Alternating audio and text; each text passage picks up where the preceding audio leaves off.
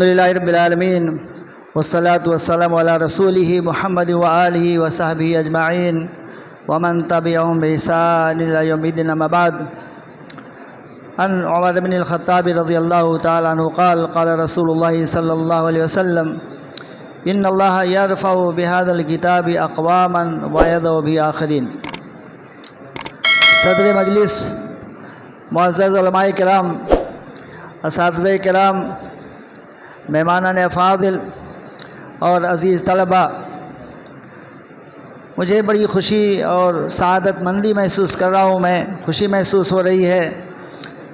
کہ ہم اور آپ اللہ رب العالمین کی کتاب سے متعلق ایک ایسی تقریب میں شریک ہیں جس تقریب میں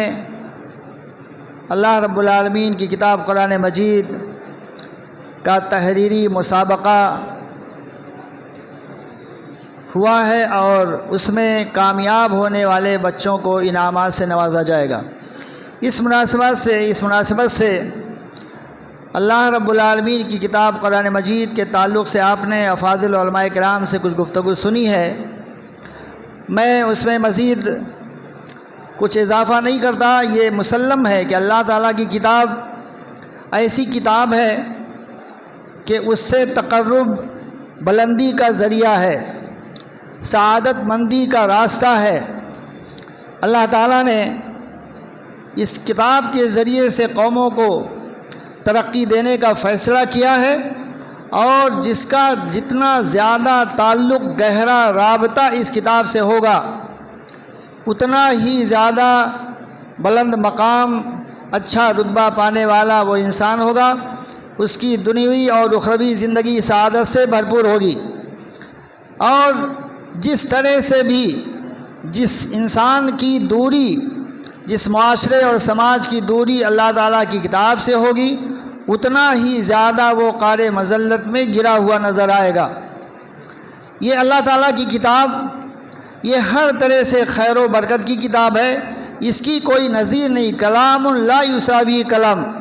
ایسا کلام ہے جس کے مثال، جس کا کوئی نظیر نہیں، جس کا کوئی مثال نہیں. اس کتاب کے اہتمام کے لیے میں مبارکبادی پیش کرتا ہوں اپنے انتہائی معزز و مکرم فضیلت الشیخ عبدالقدوس حفظہ اللہ کو کہ مسلمانوں نے پورے عالم میں کتاب کے ساتھ اہتمام کیا ہے. ہندوستان میں بھی ماضی کی تاریخ میں کتاب اللہ کے ساتھ اہتمام کا ایک روشن باب ہے، لیکن ہمارے یہاں ضلع سدھارتھ نگر میں، سدھارتھ نگر کی تاریخ دیکھی جائے تو 50 سال کی تاریخ میں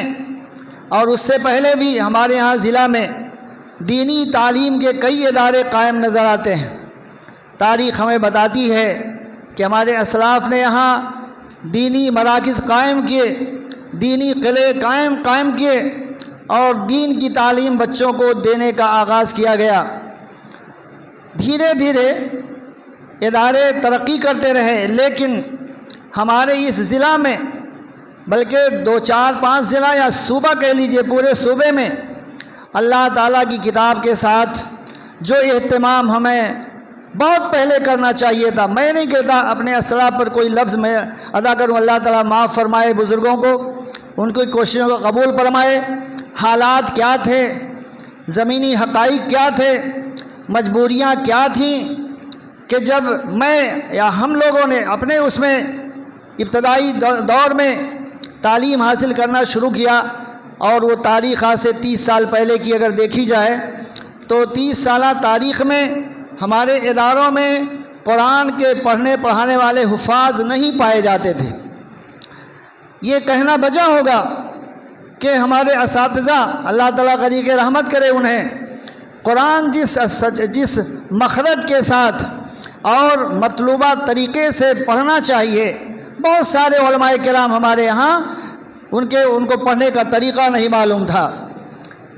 جامعہ سلفیہ بنارس میں اس کی کوشش کی گئی، بہت بعد میں جامعہ سراج العلوم میں اس کی کوشش کی گئی، لیکن ہمارے مدرسوں میں، جامعات میں حفاظ اپنی جماعت کے نہیں ملتے تھے. کوئی ایسا قاری نہیں نظر آتا تھا، کوئی ایسا حافظ نہیں نظر آتا تھا کہ جب بعض ادارے کے ذمہ داروں نے یہ پلان بنایا کہ اپنے ہاں شعبہ تحفیظ قائم کی جائے اور وہاں ضرورت ہوئی ایک اچھے مجود کی اور قاری کی، تو ہماری جماعت میں، جماعت اہل حدیث میں اپنی جماعت کا کوئی قاری نہیں ملتا تھا،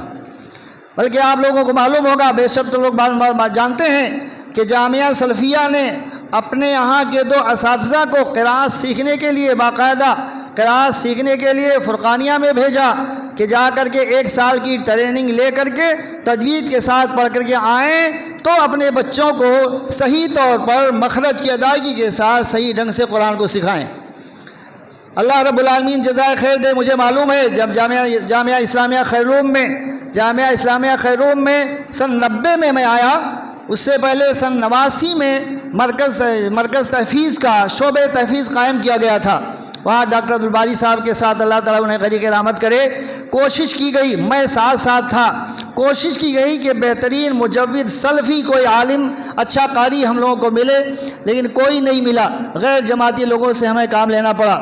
اللہ تعالیٰ جزائے خیر دے ہمارے شیخ کو، شیخ عبدالقدوس محمد نذیر مدنی حفظہ اللہ کو، کہ آپ نے 90 کی دہائی کے بعد میری جب ملاقات ہوئی، آپ نے پلان بنایا تو آپ نے اس خامی کو محسوس کیا،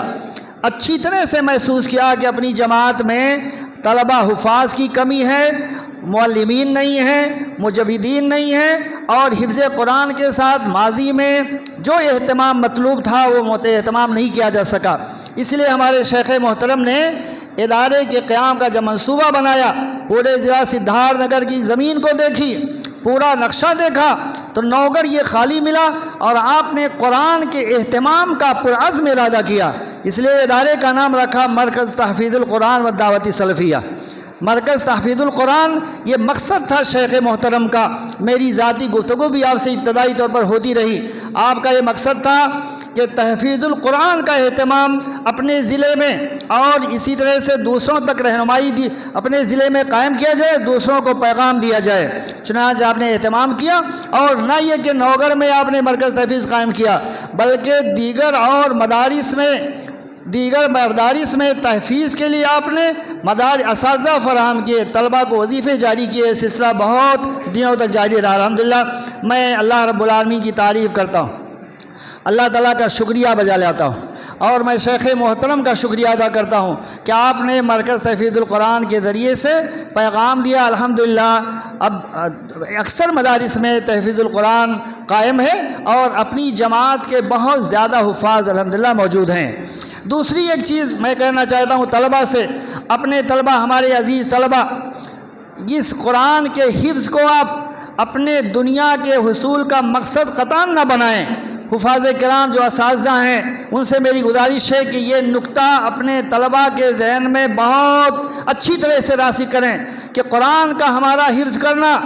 حاشا و کلّا ہمارے ذہن و دماغ میں کہیں کبھی یہ گوشہ نہ نظر آئے، کبھی یہ واہمہ نہ ہو، کبھی یہ خیال نہ گزرے کہ قرآن ہم اس لیے یاد کرتے ہیں، قرآن ہم اس لیے سیکھتے ہیں، اس میں مہارت ہم اس لیے حاصل کرتے ہیں کہ اس سے دنیا حاصل کریں۔ یہ نہیں ہونا چاہیے، یہ بہت ہی معیوب چیز ہے۔ اللہ کے رسول صلی اللہ علیہ وسلم کی حدیث ہے، من طلب علما مما یبتغى به وجه الله لا يطلبه الا ليصيب به عرضا من الدنيا لم يجد عرف الجنہ۔